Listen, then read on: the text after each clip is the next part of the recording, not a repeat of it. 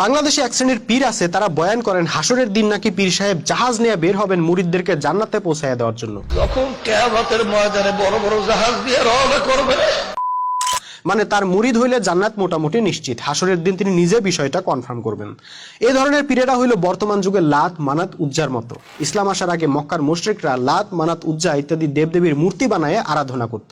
তারা কিন্তু এই মূর্তিগুলোকে আল্লাহ মনে করতো না, তারা মনে করতো এই দেবদেবীগুলো আল্লাহর কাছে তাদের হয়ে সুপারিশ করবে এবং তাদেরকে আল্লাহর সান্নিধ্য এনে দিবে। একইভাবে এই যুগের মুরিদরাও আশা করে তাদের পীরেরা আল্লাহর কাছে তাদের হয়ে সুপারিশ করবে এবং তাদেরকে জান্নাতে পৌঁছায় দিবে।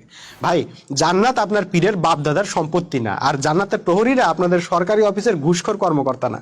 কাজে জান্নাতে যাইতে হইলে আপনাকে মোমেন হয়েই যাইতে হবে, অন্য কোনো উপায় নাই। আর মোমেন হইতে হলে আল্লাহর বিধান ছাড়া অন্য কারো বিধান মানা যাবে না এবং আল্লাহর দিন প্রতিষ্ঠার জন্য সংগ্রাম করতে হবে। মানবেন মানুষের তৈরি বিধান, খাবেন সুদ, করবেন টাকা পাচার, চলবেন ইবলিশের পথে, আর পীরকে নজরানা দিয়ে জান্নাত কিনে ফেলবেন, তাই না?